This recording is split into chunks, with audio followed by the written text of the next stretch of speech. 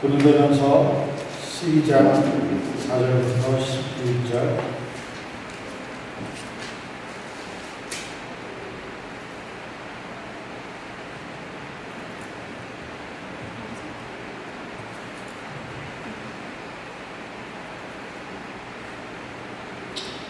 찾으셨습니까? 같이 함께 말씀을 읽습니다. 은사는 여러 가지나 성령은 같고 직임은 여러 가지나 주는 같으며 또 역사는 여러 가지나 모든 것을 모든 사람 가운데서 역사하시는 하나님은 같으니 각 사람에게 성령의 나타나심을 주심은 유익하게 하려 하시니라.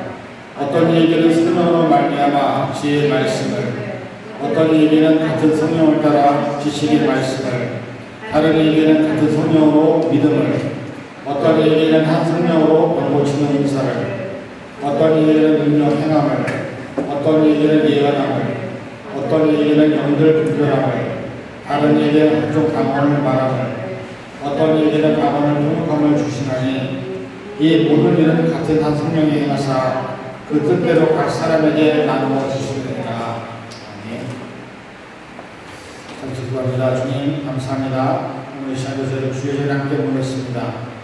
말씀을 통해서 깨닫게 도와주시고 하나님의 말씀을 통해서 하나님의 뜻이 무엇인지를 알고 그 뜻을 행할 수 있는 신령들로 변화시켜 주시옵소서. 감사드리며 예수님 이름으로 간절히 기도합니다. 우리 성령의 말씀 방금 읽었는데 오늘은 성령의 은사에 대해서 여러분과 함께 좀 같이 나누기 원합니다. 지난 2주 동안에 제가 하나님의 정신납주에 대한 부분을 함께 살펴보았습니다. 우리가 악한 영과 사탄과의 영적인 싸움에서 승리하기 위해서 하나님의 전신갑주를 입어야 하는 것이 얼마나 중요하고 또 얼마나 필요한 것인지에 대해서 함께 살펴보았는데 오늘은 좀 성령의 은사에 대한 부분들을 함께 보기를 원합니다. 많은 사람들이 성령의 은사하면 제한된 몇 가지 은사만을 얘기하는 경우가 많이 있습니다.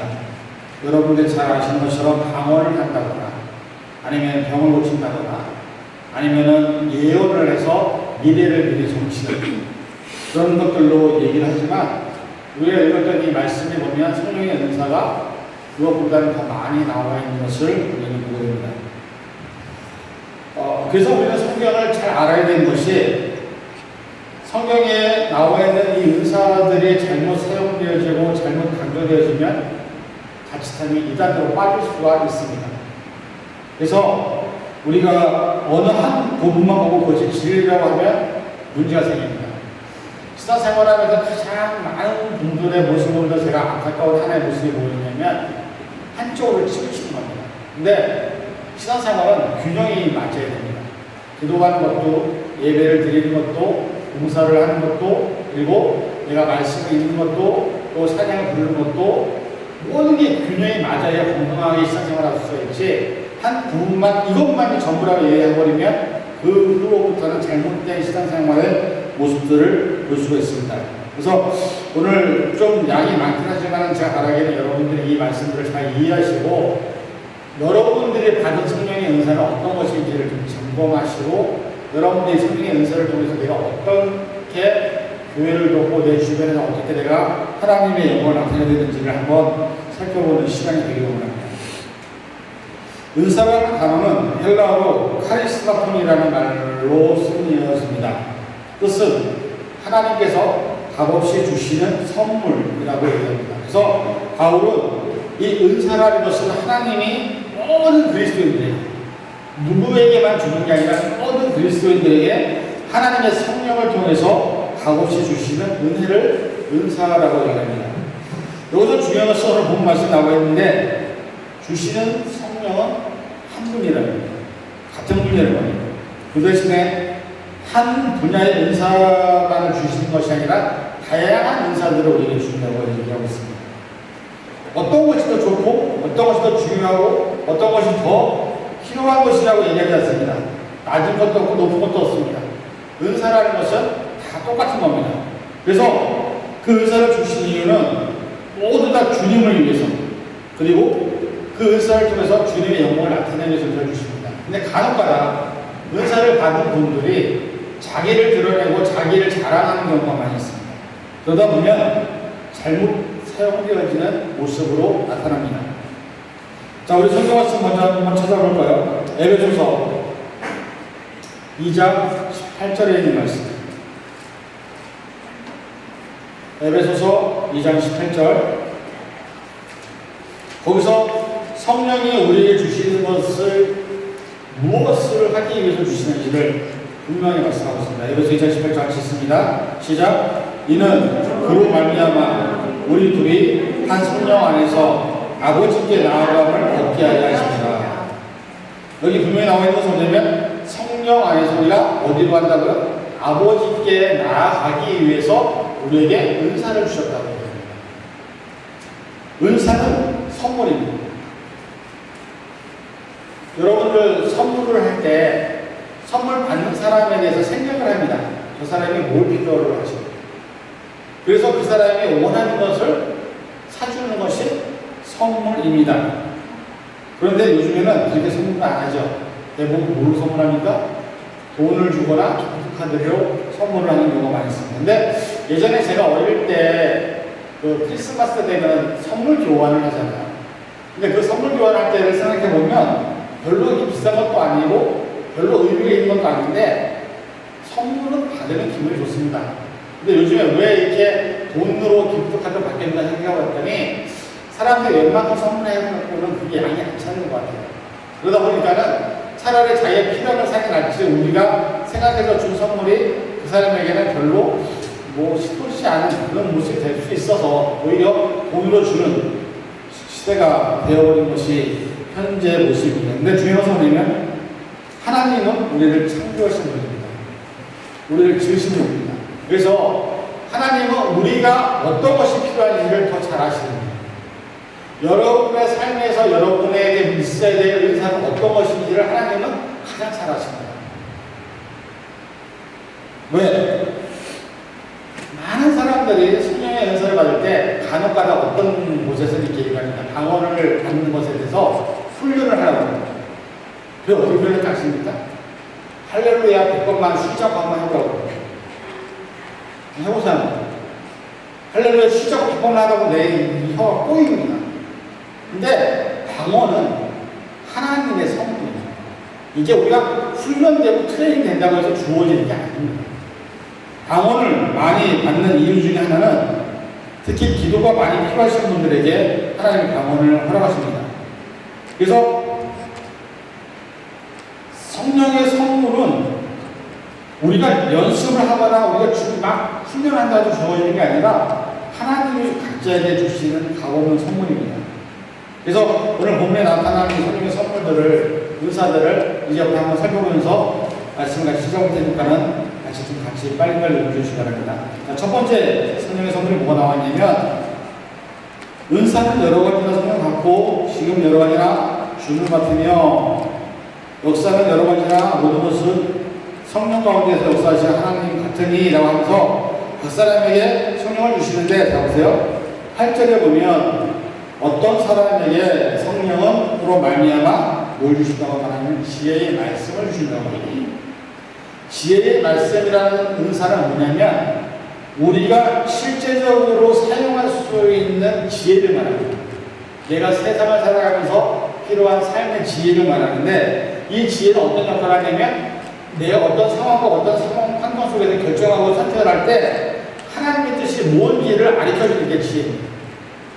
어떻게 선택하면 하나님이 원하시는 것이고 어떤 것이 하나님이 원하시는 것인지를 결정할 수 있게 도와주는 것이 지혜인데 이 지혜를 통해서 교회 안에서 주어지는 직분자들이 어떤 사람들이 있냐면 선지자나 사도, 요즘 말로 하는 목사나 전도사들 이런 사람들이 지혜를 은사를 받은 사람들이 이런 일들을 감당하게 되어 있습니다.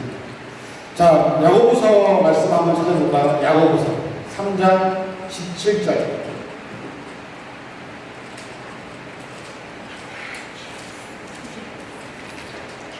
야고보서 3장 17절. 찾으셨습니까? 3장 17절. 시작성이 374페이지 있는데 같이 했습니다. 오직 위로부터 난 지혜는 첫째 성결하고 다음에는 화평하고 관용하고 양순하며 긍휼과 선한 열매가 가득하고 편견과 거짓이 없나니. 자, 지혜라는 것은 성결하고 화평하고 관용하고 양순하며 긍휼과 선한 열매가 가득하고 편견과 거짓이 없다고 얘기하잖아요. 그래서 이 지혜가 어디부터 왔냐면 위로부터, 하나님으로부터 왔다고 얘기해요. 그래서 이 은사를 받은 사람들은 교회에서 사역자들로 쓰임받는 사람들이, 이 은사를 갖고 있는 사람들이 이러한 성격과 품성을 갖고 사람들을 케어하고 사람들을 양육하고 사람들을 다스리고 사람들과 함께 하나님께 인도하는 일들을 하는 것이 바로 이 은사라고 말씀하고 있습니다. 그래서 이 지혜 말씀은 그런 사람들에게 주시는 하나님의 은사입니다. 두 번째, 지식의 말씀이 있어요. 이것은 뭐냐면 이론적인 지식을 말하는데, 자, 고린도후서 한번 찾아봅니다. 고린도후서 10장 5절.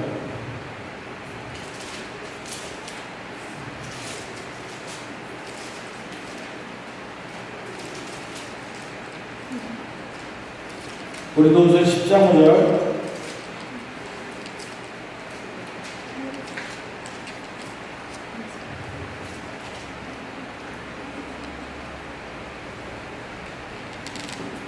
자, 마쳤습니다. 모든 이론을 파하며 하나님의 많은 것을 대적하여 높아진 것을 다 파하고 모든 생각을 사로잡아 그리스도에게 옥종하게 하니. 자, 지식이라는 것은 뭐냐면요, 우리를 어떻게 만드냐면 예수를 이렇게 복종하게 만드는 역할을 하는 게 지식입니다. 다른 말로 말하면 성경에 나와 있는 우리가 알고 있는 모든 지식들은 우리가 예수 그리스도 앞에 복종하게 만들 수 있는 상황을 만들게 된다는 거죠. 그래서 우리가 성경에 있는 말씀을 알면 이것이 잘못되고 이것이 틀렸고 이것이 올바르고 하는 것들에 대한 분별력을 갖게 됩니다.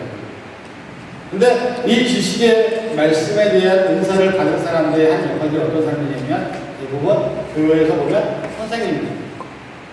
왜? 아이들에게 하나님 말씀 앞에서 내가 어떤 존재인지를 깨닫게 해주고 또한 아이들에게 삶을 통해서 하나님 앞에 어떻게 나가야 되는지 길을 알려주는 역할을 하기 때문에 지식이 그런 역할을 한다는 거예요. 그래서 지식의 말씀에 대한 은사를 받은 사람들은 대부분 선생님들이나 아니면 부역장님들이나 아니면 부역에서 성경을 가르치는 사람들에게 주시는 은사가 바로 지식의 말씀의 은사라는 것을 성경 말씀하고 있습니다.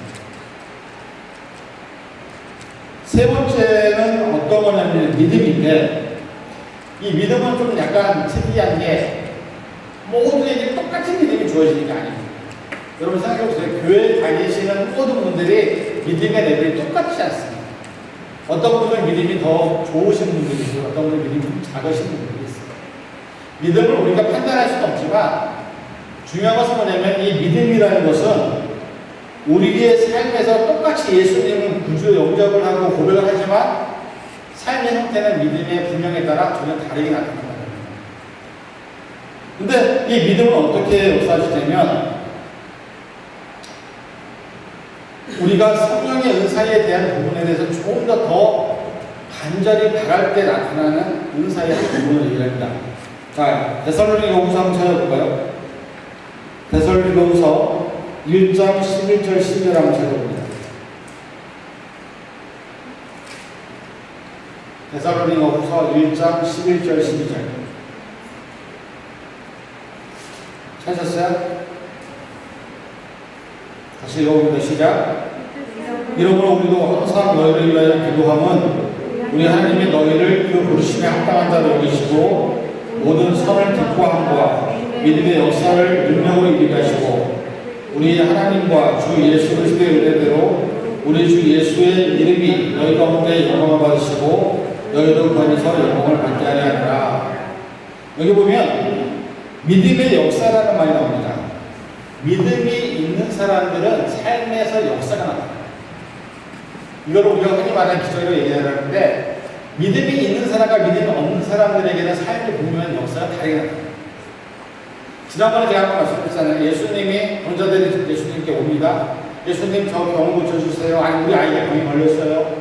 또 내 누가 아픕니다. 그러면 예수님 하신 것을 믿으면 내가 이 일을 할 줄을 믿느냐는 것이잖아요. 근데 내 믿음대로 된다고 예수님 항상 말씀하십니다. 그러니까 믿음이라는 것은 똑같이 교회를 다녀도 내가 믿는 대로 믿음의 가정으로 더 크게 풍성하게 만들어지는 가정도 있고요. 크게 만들어진 교회도 있지만 여전히 믿음의 모습이 작아서 그릇이 작아서 계속 그 자리에 머무는 사람들도 있더라는 겁니다. 근데 이 믿음은 누가 만든 거냐면 주님이 주시는 하나님 주시는 은사인데 그 믿음을 선택하고 결정하는 건 누가 하는 거는 이해가 안 됩니다. 그러니까 하나님이 모든 믿는 사람들이 믿음이라는 은사를 다 주셨어요. 근데 믿음의 크기의 정도는 누가 결정하냐면 내가 결정합니다. 여러분이 믿음이 크다라고 하는 것은 여러분이 보는 게 더 많아지고 바라는 게 더 많아지면 믿음이 큰 거예요. 근데 보는 게 작고 바라보는 게 작으면 여러분의 믿음은 되게 작은 거예요. 아까 전에 제가 아침에 와서 그런 경험에서 잠깐 얘기했는데 하나님이 쓰시는 사람들의 특징 중에 하나는 뭐냐면 준비된 사람들이 쓰시는 내가 준비되어 있지 않으면 내가 아무리 큰 데 가서 쓰게 하고 싶어도 내가 준비가 안 되기 때문에 하나님 그곳에 보내실 수가 없어요. 그렇잖아요. 미국이라는 나라에 우리가 왔죠.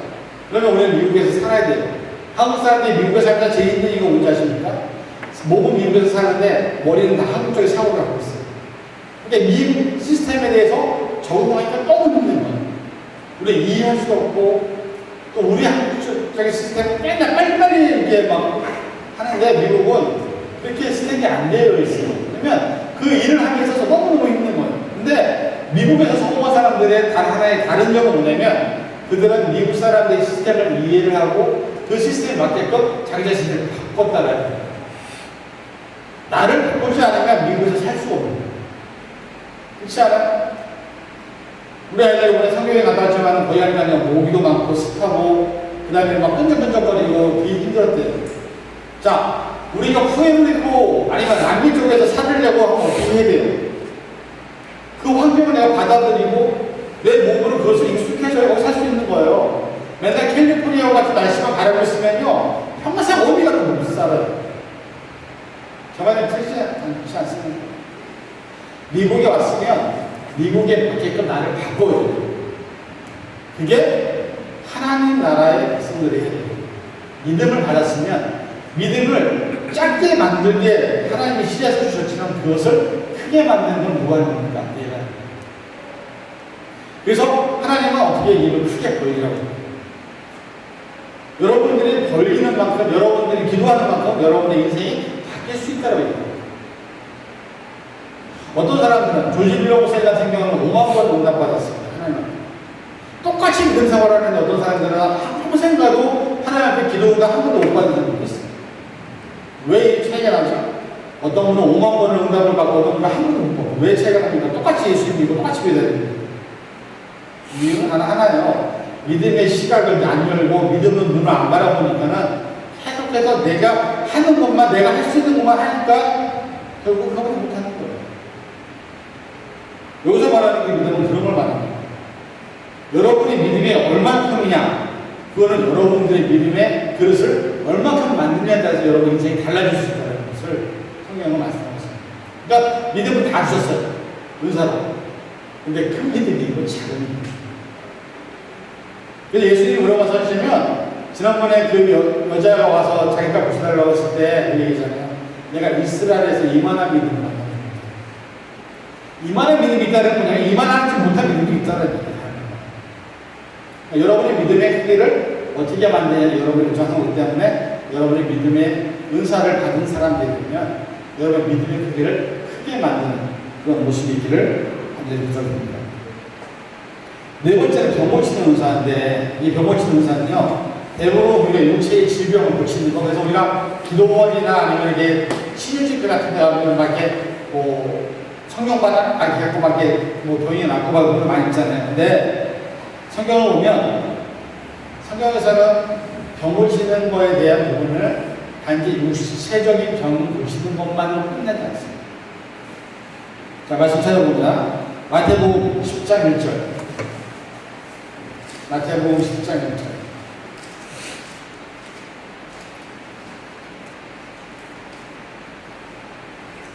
같이 한번 말씀 있습니다. 예수께서 그의 12 제자를 부르사 더러운 귀신을 쫓아내며 모든 병과 모든 악한 것을 고치는 권능을 주시니라. 아멘. 다시 한번 읽어볼까요? 시작. 예수께서 그의 12 제자를 부르사 더러운 귀신을 쫓아내며 모든 병과 모든 악한 것을 고치는 권능을 주시니라. 예수님께서는 12제자를 부르셔서 그들에게 이런 권능을 주셨습니다. 제가 한 가지 물어봅니다. 우리에게는 이 권능을 주셨을까요? 안 주셨을까요?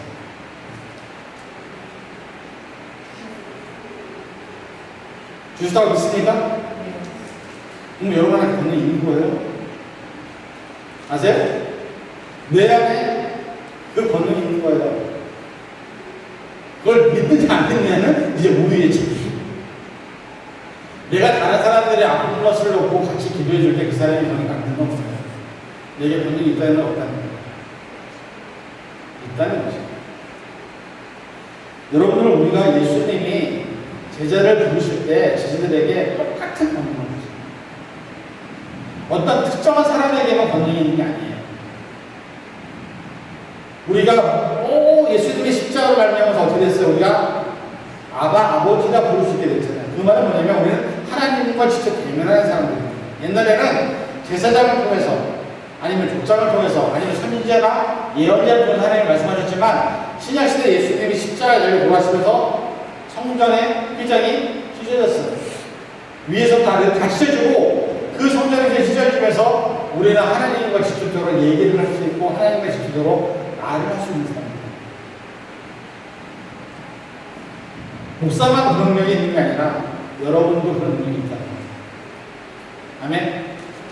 여러분들이 다른 사람이 아플 때 그 사람을 위해서 간절한 마음을 기대주면 여러분 안에 계시는 예수님께서 그 일을 이루었어요.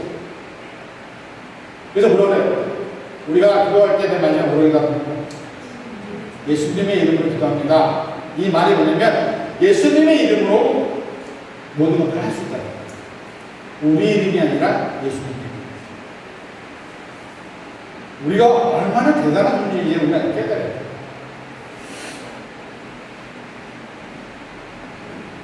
병 고치는 사는 어떤 사람들에게는 특별한 사람들에게는 주어지거나 생각하지만 성경은 그렇게 하지 않습니다.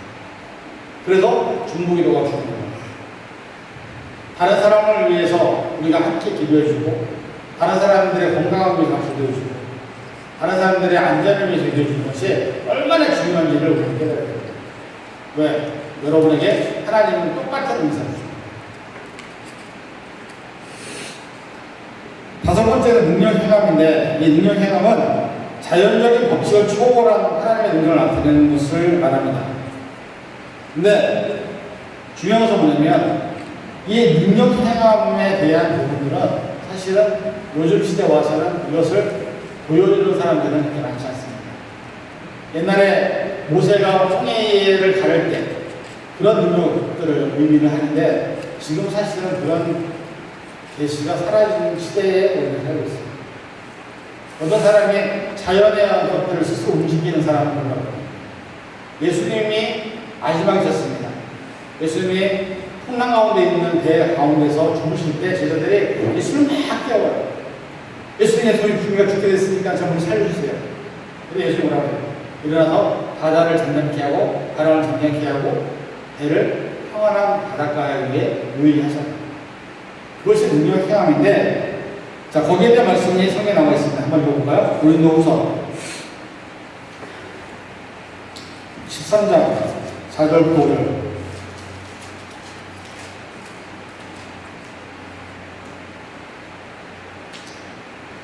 고린도후서 13장 4절부터 5절 다시 있습니다. 시작.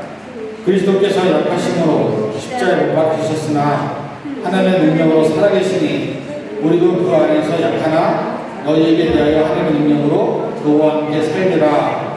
너희는 믿음의 안에 있는가 너희 자신을 시험하고 너희 자신을 확정하라. 예수 그리스도께서 너희 안에 계신 줄을 너희가 스스로 알지 못하느냐? 그렇지 않으면 너희는 버림을 받은 자니라. 자, 이 말씀은 뭔 말하냐면 능력이 행하는 것의 가장 중심은 뭐냐면 예수님. 다른 말로 말하면 내 안에 예수님이 계시면 우리도 능력을 행할 수 있다 없다? 있다. 그렇죠? 근데 보세요. 여기 말씀에 보면 예수님이 약하심으로 십자가에 못 박혀 죽으셨다고 했어요. 그러나 하나님의 능력으로 어떻게 하신다고? 살아계시다고. 그 안에서 우리도 약하지만 우리도 하나님의 능력으로 살아있다고. 다시 말하면 우리 안에 예수님이 있으면 우리도 능력 행함을 할 수 있다. 능력은 다르게 능력이 아닙니다. 자연을 다스리는 초능력을 얘기하는 게 아닙니다. 능력은 가장 힘들고 가장 어려운 순간에 아무것도 할 수 없을 때 그때서도 다시 일어날 수 있는, 그때서도 다시 내가 새롭게 시작할 수 있는, 내가 바닥에 누워져 있지만, 바닥을 치고 있지만 다시 한번 내가 새롭게 일어나기 위해 팔을 뻗고 발을 내딛려고 하는 그게 능력입니다. 아멘? 그렇지 않아요? 능력이 우리가 생각하는 것처럼 바닥을 잠잠케 하고 헤이리 오는 것만 받고 그렇게 능력이 아니에요. 진정한 능력은 예수님이 내 안에 계시느냐. 그래서 물어봐서 말입니다. 너희 안에 믿음이 있는가 스스로 시험하고 확증하라. 너희 안에 예수 그리스도가 있는 것을 확인하면 우리는 약한 그릇이지만 우리는 보배로운 그릇이 되기도 하고 우리는 능력을 행할 수 있는 존재가 된다라고 말씀합니다. 여러분이 이미 능력자들입니다. 아멘. 그것을 우리가 믿을 때 우리 안에 능력이 나타나요. 능력은 다른 게 아니에요. 많은 사람들이 안 된다, 못한다 할 때 그래도 내가 그 속에서 뭔가 할 수 있어요.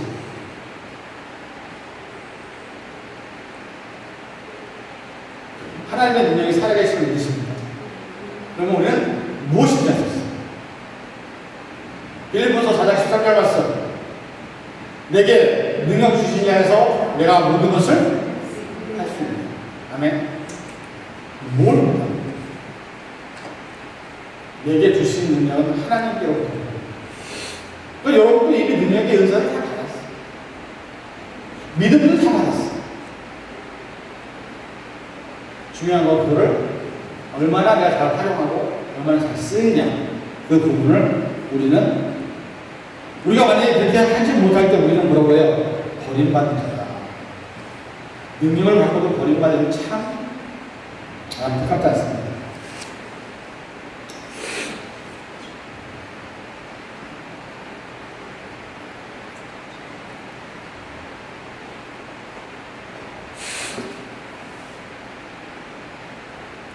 자, 그 다음에 우리가 은사를 주시면 뭐냐면, 뭐죠?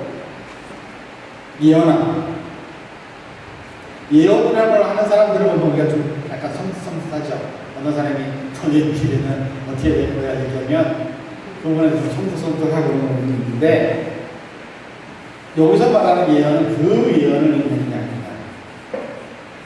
하나님의 말씀을 바로 이해하고 하나님의 말씀을 제대로 가르치면서 현재의 삶 속에서 어떻게 살 것인지를 알려주는 게 예언입니다.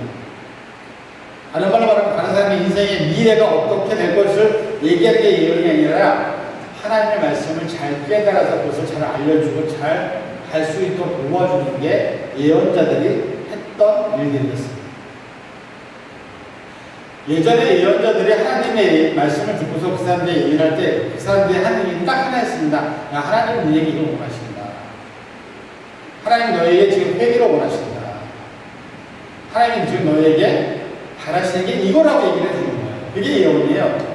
그 사람들의 미래에 일일이 한 사람 한 사람 인생에 대해서 너는 앞으로 이렇게 가다가 몇 년에 죽을 거고 몇 년에 사고가 있을 거고 이런 얘기 아니에요. 자, 성경 말씀 찾아봅니다. 고린도전서 14장 22절.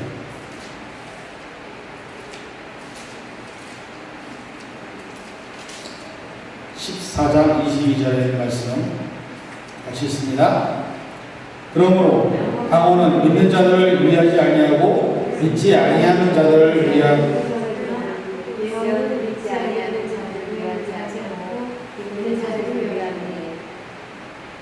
자, 여기 보면 방언과 예언이 나오죠.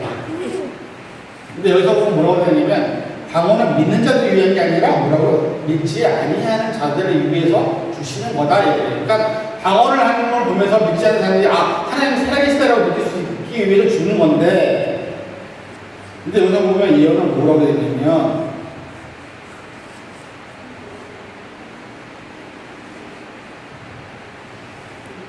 문제죠? 예언은 믿지 아니하는 자들을 위하지 않고 누구를 위한 것이라고요? 믿는 자들을 위한 것이다. 그러니까 방언이 주시는 이유는요, 믿지 않는 사람들에게 하나님이 계시다는 것을 보여주기 위해서 있는 거고, 예언을 주시는 이유는 믿는 사람들에게 하나님의 뜻이 이것이라는 것을 보여주기 위해서 주시는 거예요. 그러니까 분명하게 우리가 구별을 해요. 대부분 방언을 받는 건 초신자들이 많이 받아요. 그러면서 하나님이 살아계시네? 나도 모르게 막 입이 꼬이고 혀가 꼬이면서 기도를 하는 것에 대한 부분들을 경험하면서 하나님이란 분이 계시는구나 깨닫게 하기 위해서 방언을 주신 거고, 예언은 믿는 사람들이 하나님의 뜻이 이것을 깨닫게 하기 위해서, 그리고 이것을 통해서 하나님이 바라시는 것이 무엇인지를 주시기 위해서 주시는 은사가 예언의 은사라는 거예요. 근데 한번 생각해 보세요. 여러분들이 성경 말씀 보면 이 말씀이 내게 지금 뭘 말하는지 모르십니까? 네? 성경을 읽으면 하나님께서 내게 지금 뭘 바라시는지를 모르십니까? 우리가? 알아야 몰라요. 알죠? 알면 여러분은 이미 예언 은사를 받는 건 안 받는 거예요. 받는 거죠. 그렇죠? 왜? 내가 말씀을 통해서 하나님이 원하시는 삶이 무엇인지 깨닫게 하셨으니까. 우리는 이미 예언 은사를 받는 거예요.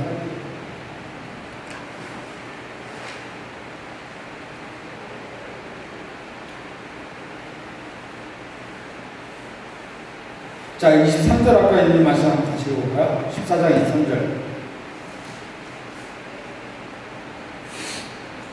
그러므로 온 교회가 함께 모여 다 방언으로 말하면 무식한 자들이랑 믿지 않는 자들이 들어와서 너희를 미쳤다 하지 않게 하느냐. 자, 보세요. 방언을 하는 게 중요해요. 기도를 오래 할 수 있으니까. 보통 방언하시는 분들 보면 기도를 2시간, 3시간 그냥 해요. 여러분 개인적으로 기도를 해보면 사실 내가 기도 내용이 막 나열하다 보면 한 10분, 15분이니까 더 이상 할 내용이 없어요. 근데 방언 같은 경우는 하다 보면 2시간, 3시간 그냥 기도해요. 그러니까 기도에는 정말 좋아요. 하나님과 기도에 교제를 할 수 있습니다. 근데 여기에 말씀에서 바울은 뭐라고 얘기하냐면, 만약에 방언을 할 때, 이제 지금 이게 8번째 그 방언에 대한 부분을 얘기를 하는 건데, 방언을 할 때, 우리가 다 방언을 하는데, 처음 온 사람들이 방언을 하는 사람 모습을 보면, 이게 교회가 정신이 온전한 건지 제대로 된 건지 모를 때 있다는 거예요. 그러면 이 사람들이 그럴 때 시험을 줄 수 있다는 거예요.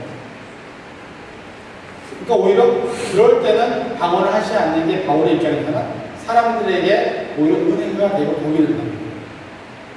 그래서 방언은 개인적으로 하나님과 나와의 관계 속에서 기도를 오래 할 때는 할 수 있지만, 공공장소나 또 여러 가지 많은 상황 속에서 다른 사람들에게 시험에 들게 하지 않게 하기 위한 것이 신앙인으로서의 가장 중요한 모습 중에 하나라고 합니다. 이따가 방언에 대한 부분이 뭐냐면, 우리가 아까 의사 중에서 각종 방언을 일하는 의사가 나와. 그게 그 의미를 해석합니다. 그 다음에 또 하나의 의사가 뭐냐면 영들 분별하는 의사. 이것이 있습니다.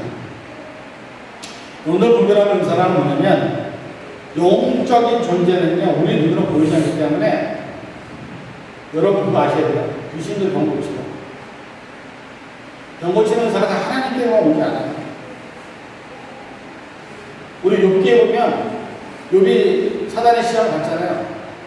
하나님께 사단에 와서 물어봅니다. 하나님, 저 욥이라는 친구가 부자고 행복하니까 하나님 잘 믿지, 저 친구 망가뜨리니까 그냥 하나님 안 믿을 겁니다. 그래? 그럼 네가 마음을 한번 해봐라. 그래가지고 어떻게 했어요? 모든 재산을 다 없애버렸고요. 부모님도 다 죽여버렸고요. 심지어 10명의 자녀도 한꺼번에 다 죽여버렸어요. 그러면 그리고 난 다음에 그것도 모자도 어떻게 했어요? 사단이 한 게, 욥의 몸에 욕창이 나서 막 보름이 나서 벽돌로 자기 몸을 긁지 않으면 참을 수 없는 그런 고통을 줬어요. 그거를 줬다라는 것은 뭐냐면 그게 하나님 주신 게 아니에요. 사단이 준 거죠. 그걸 낫게 하는 것도 사단이 할 수 있어요. 다른 말로 말하면 거짓 영을 구별하는 것은 이 능력이 어디서 오는지를 우리가 구별할 수 있어요. 이게 하나님으로부터 오는 것인지 사단으로부터 오는 것인지를 구별할 수 있어야 우리가 하나님 앞에서 거짓 선지자들을 구별할 수 있는 일입니다. 그래서 말세가 되면 하나님 뭐라고 하시면 거짓 선지자들을 조심하라. 모든 사람들이 다 자기가 자칭 그리스도라고 얘기하고 거짓 사탄들의 악한 영들이 세상을 다스리게 될 것이다 라고 성경이 말씀하고 있습니다. 자, 요한일서 찾아봅니다. 요한일서 4장 1절부터 3절.